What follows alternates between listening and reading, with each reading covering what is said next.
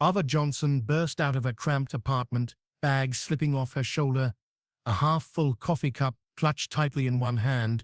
She was late again for her early morning hospital shift. But the chaos no longer rattled her. This was routine, predictable, familiar. The chill of dawn brushed against her skin as she stepped into the parking lot, the sky still wearing its early gray. She turned instinctively toward her usual parking spot, already preparing to toss her bag into the passenger seat and speed off. But she froze.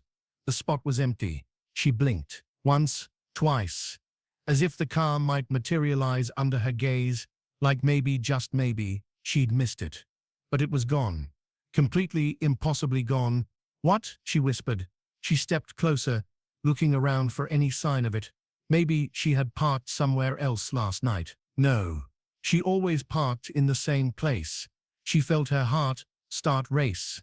She pulled out her phone, thinking it had been towed. She quickly called her brother, Marcus. He had stayed at her place last night, sleeping on her couch, like he often did when things weren't going well for him. "Hey, Marcus, did you see my car? It's gone," she said, already feeling tears at the edge of her eyes. There was a pause on the other end. Then Marcus said in a calm voice, "Yeah, I sold it." Ava froze. "What?" "I sold it," Marcus repeated, as if it were nothing. "Don't worry, you'll get your cut." Ava felt like the ground had fallen out from under her. This was the car she had worked years of night shifts to afford, skipping vacations, birthdays, even sleep just to pay it off. It wasn't just a car, it was her freedom, her independence, and Marcus, her only family, had taken it like it was his to give away. "You sold my car," she whispered, her voice shaking. "You weren't using it this morning," he said casually. "I needed the money, and you'll get some. Okay? Family helps family." Ava couldn't breathe. Her hands were shaking so badly, she nearly dropped her phone. This was Marcus, the big brother, who was supposed to look out for her. Instead, he had stolen the one thing she worked so hard for. Her eyes burned with tears, but before she could say another word, red and blue lights flashed across the parking lot. 2 police cars pulled up, sirens cutting through the cold morning air. 2 officers stepped out, holding paperwork. Marcus came out of the apartment just then, a smug grin on his face, until he saw them. His grin vanished. His confident look melted into fear, his shoulders tensing, eyes darting between Ava and the police. "Marcus Johnson?" one officer asked, stepping forward. And for the first time that morning, Marcus didn't have anything to say. Ava just stood there shaking, heartbroken, and furious, realizing in that moment that her brother had crossed a line she never thought he would. Single, recently recovering from a tough breakup, Ava was trying to put her life back together. She worked long shifts as a nurse, often staying late or picking up extra hours just to keep up with rent and bills. On top of that, she was taking night classes to move forward in her career. Life was hard, but she was proud of how far she had come. Her car wasn't just a car, it was freedom. It was proof she could survive on her own. Every time she got behind the wheel, she remembered the years of double shifts, skipped holidays, and sleepless nights she went through to pay for it. Marcus was her older brother, and once he had been her hero. He was funny, charming, and always had a plan. But over the last few years, Marcus had changed. He jumped from one failed business idea to another, lost jobs, and eventually stopped trying to work at all. Now he was staying on friends' couches, or when he had nowhere else to go, on Ava's. He always talked about how families should help each other, but what he really meant was Ava helping him. Their parents had died when they were both young. After that, it was just the two of them against the world. Ava had always depended on Marcus back then, but somewhere along the way, their roles switched. Now she was the one paying bills, buying groceries, and covering emergencies. Marcus always promised he would pay her back, but it never happened. People in their apartment complex had started whispering about Marcus. They said he was involved in shady things, maybe even scams. Ava never wanted to believe it, but deep down, she worried it was true. She remembered all the times she had stepped in to save him, covering his rent, giving him her last bit of savings when he claimed he just needed a boost. She always forgave him, always believed he would get better if she just helped one more time. But this selling her car was something else entirely. It wasn't like he borrowed money or crashed on her couch. He took something that was hers, something she had worked for, something that kept her life together. For Ava, it wasn't just about the car being gone. It felt like Marcus had taken her independence, her trust, and thrown it away like it meant nothing. What hurt most was that Marcus was her only family left. She had no parents, no partner anymore, and only a few close friends. Marcus had always been the one person who was supposed to be there, no matter what. Now that bond felt broken. She sat in her quiet apartment, thinking about all the sacrifices she made for him. How she skipped buying things for herself. How she stayed up late studying after a 12-hour shift, because she wanted a better life for both of them. And instead of gratitude, Marcus had betrayed her. Ava felt guilt too, wondering if maybe she had made it too easy for him. If by always helping him, she had stopped him from ever learning how to stand on his own. This wasn't just about a car, this was about trust, loyalty, and family. And now that trust was gone, Ava realized she was holding on to a relationship that might not exist the way she thought it did. Marcus wasn't her hero anymore.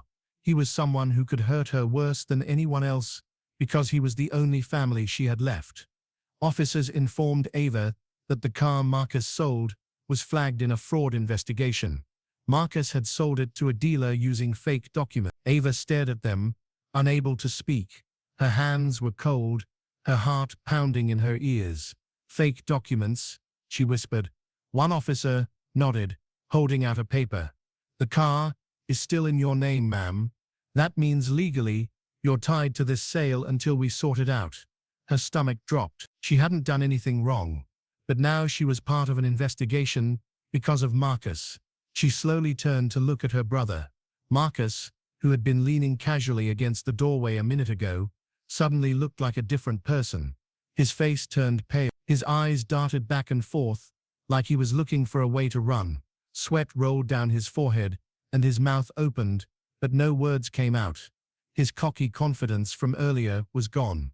"Sir, we need to ask you some questions," the second officer said, stepping closer to Marcus shook his head quickly. "This is just a mistake. A big mistake. I didn't know anything about fake papers." But Ava knew. She could see it in his eyes. He was lying. He had done this on purpose. Her name was still on the car title. That meant she could be held responsible. She could be sued, or worse, charged. She had worked so hard to build a stable life. And in one day, Marcus had put all of it in danger. Ava's knees felt weak. She grabbed Marcus by the arm and pulled him back into the apartment before the officers could say more. "What did you do?" she hissed, her voice breaking. Marcus yanked his arm free, avoiding her eyes. "I didn't have a choice, Ava. I needed money. You don't get it. You have everything and I have nothing." Her jaw dropped. "Everything? Marcus, I work 16-hour shifts. I'm drowning in bills. That car was mine. It was my life, my way to work, my independence. And you sold it like it was trash." Marcus's face twisted with anger. "You think you're better than me because you work yourself to death? You think I like living like this? At least you have a car to lose. I've got nothing. Ava, nothing." Ava stared at him, stunned. This wasn't just about a car. He was jealous of her, resentful of everything she had fought for. Outside, the officers waited patiently, but Ava barely noticed them. Her chest tightened as she realized something she had avoided thinking about for years. Marcus didn't care about her sacrifices. He only cared about what he could take from her. Her loyalty and love for her brother clashed with something else inside her, a sharp, painful instinct to protect herself. For so long, she had put Marcus first, believing family was all she had left. But now, he had dragged her into a crime without a second thought. Ava felt tears burn her eyes, but she held them back. She took a step back, her voice calm but cold. "I can't do this anymore.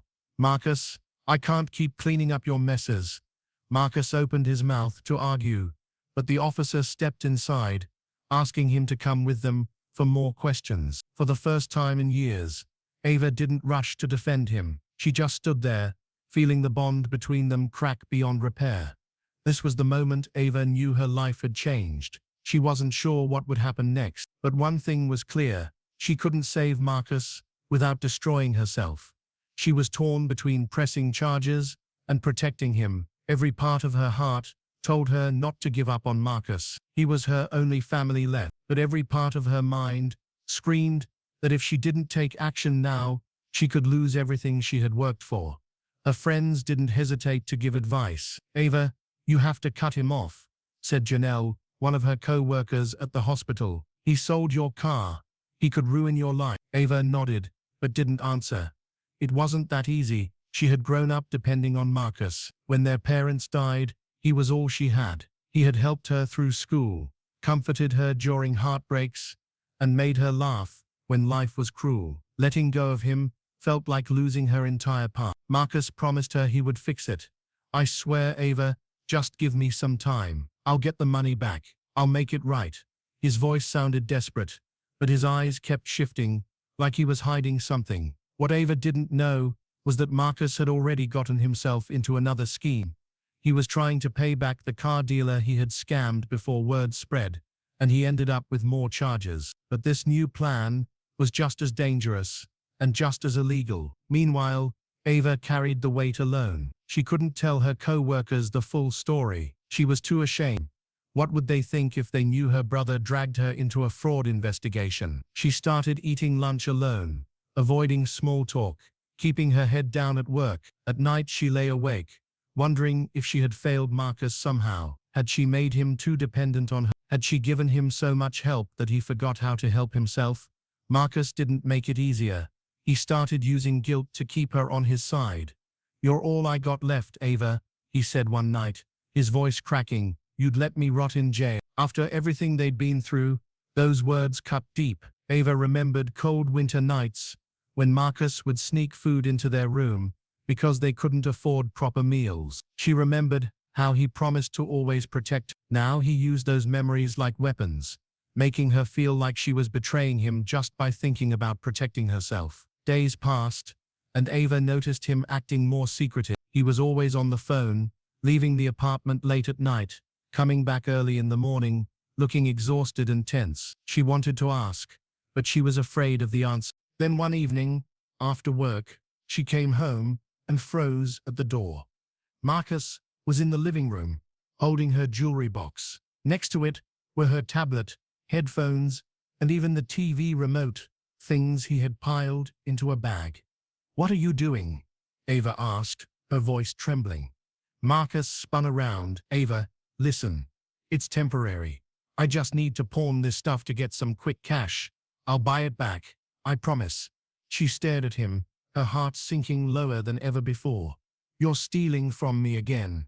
"It's not stealing," he shouted, his face red. "You have all this stuff, and I'm drowning here. I'm trying to fix things for both of us." Ava couldn't believe what she was hearing. The brother who used to look out for her when she was little was now packing up her life to sell for cash. And the worst part was that he believed he was justified. Her hands shook as she grabbed her bag off the floor. "I can't do this anymore, Marcus." Her voice cracked, tears welling in her eyes. "You're supposed to be my brother, but you're acting like a stranger in my own home." Marcus stared at her, his expression torn between anger and panic. "Ava, don't do this to me." But Ava felt something change inside her. She wasn't sure what hurt more, the betrayal or the fact that she still loved him, despite everything. All she knew was that the brother she thought she had was, and the man standing in front of her was a danger not just to her life, but to her heart. That night, she sat in her car, the borrowed one from work since her own was gone, and cried harder than she had in years. For the first time, she seriously considered calling the police herself, not to protect Marcus, but to protect herself. It was the lowest point she had ever been in, and deep down, she knew something was about to break. Ava calls the police herself, reporting her own brother. Her hands shook as she dialed, but she didn't stop. This was her breaking point. She gave the dispatcher her address, her name, and the reason. My brother has been stealing from me. He's involved in fraud. I need him out of my life before he ruins it completely." When she hung up, she sat on the couch staring at the floor. She could hear Marcus in the next room, humming to himself while rummaging through a bag, probably checking the items he had planned to pawn. She felt numb. Minutes later, she stood up and faced him. "Marcus, I called the police." He turned around sharply, eyes wide. "What?" "I reported you," she said, her voice shaking but steady. "I can't do this anymore. You stole my car, my jewelry, and my trust. I can't keep protecting you." For a moment, Marcus just stared at her. Then his face twisted in anger. "You were never family, were you?" he shouted. "You're just like everyone else, ready to throw me away the moment I mess up. You're a traitor, Ava. A traitor to your own blood." Ava flinched at his words, but didn't back down. "Family doesn't do what you did to me, Mark. Family doesn't sell each other's life out from under them." He stormed toward her, his fists clenched, but she didn't move. For years, she had lived with guilt and fear, thinking if she just helped him one more time, he'd change. Now she saw the truth. He didn't want to change. Before Marcus could say more, red and blue lights flashed through the window. The same two police officers from earlier stepped inside, calm but firm. "Marcus Johnson?" one officer asked, his voice strong. Marcus froze, his bravado fading fast. "This is a mistake," he muttered. "She's lying. She's my sister. She wouldn't do this." But Ava stepped forward, holding a folder she had prepared earlier, copies of the fraud notice, texts Marcus had sent about quick money, and even photos of her missing valuables. "I'm not lying. This is all the proof you need," she said quietly, her voice breaking. Marcus's eyes darted from the folder to her face, and for the first time, he seemed to truly understand. This wasn't about money anymore. This wasn't about the car or the jewelry or the fake paper. This was about losing the only person who had still been on his side. "Ava, please." His voice cracked, almost pleading now. "You're all I have. Don't do this." Tears welled in her eyes, but she shook her head. "You made this choice, Marcus, not me." The officers moved in and handcuffed him. He didn't fight, didn't shout anymore. He just stood there staring at Ava with a broken expression, as if he had finally realized he had pushed too far too many times. One officer turned to Ava.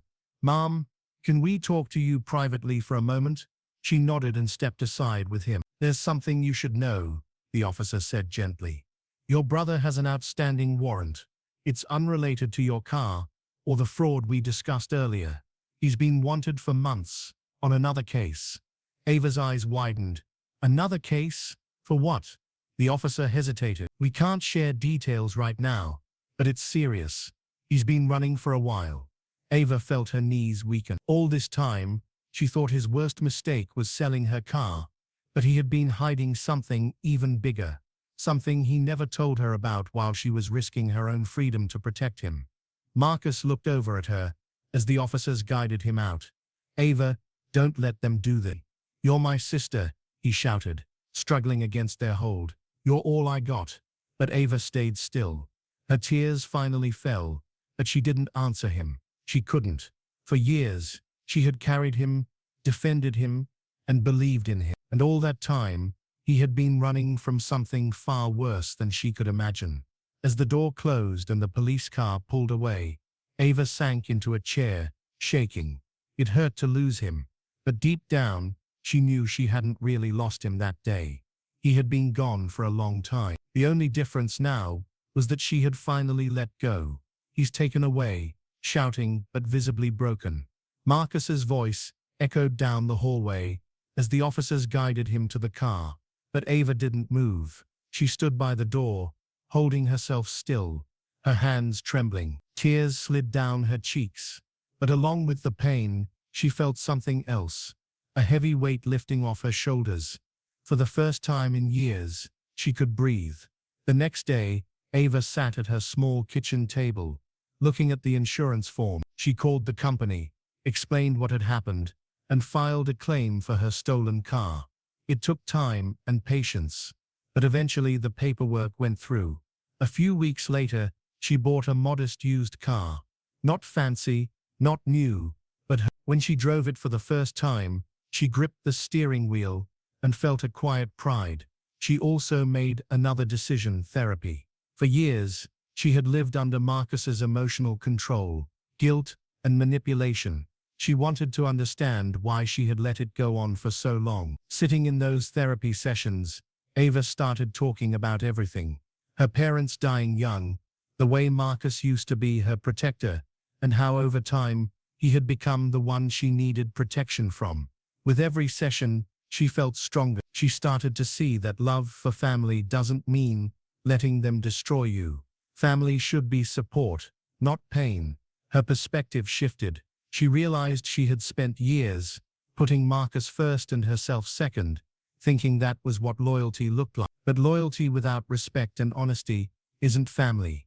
It's a chain holding you down. Ava began setting clear boundaries. She told herself she would never again let guilt control her choices. She started saving money, not for someone else's mistakes, but for her future. She even began looking at small houses for sale, picturing a place of her own, a safe space that no one could take from her. At work, she smiled more. Her co-workers noticed the change, and slowly she let herself open up again. She shared small pieces of her story, and instead of judgment, she found support. She learned that asking for help wasn't weakness, it was strength. For the first time in her life, Ava embraced independence, not out of survival, but out of choice. She wasn't living to clean up Marcus's chaos anymore. She was living for herself. One evening, she sat in her modest car outside a quiet park, watching the sunset. She thought about Marcus, about how broken he had looked when the police took him away. The pain was still there. He was her brother, after all, but it no longer controlled her. Ava took a deep breath, started her car, and drove forward. For the first time, it felt like she truly had somewhere to go. Ava drives her new car, looking in the mirror one last time, symbolic of moving forward. The road behind her felt like her old life, full of chaos and pain. And the road ahead was quiet, calm, and hers alone. She gripped the steering wheel and smiled softly. For the first time in years, she felt in control of where she was going. A week later, she came home to find an envelope in her mailbox. It was from Marcus. She stood in her kitchen, turning it over in her hands before finally opening it. The letter was short. Marcus apologized for what he had done, said he was sorry for hurting her. But halfway through, it changed. He started blaming the system, blaming bad luck, blaming everything except himself. Ava folded the letter carefully and set it on the counter. She didn't tear it up, and she didn't write back. She just let it sit there, knowing some wounds don't heal by fixing the person who caused them. They heal by choosing not to let them keep hurting you.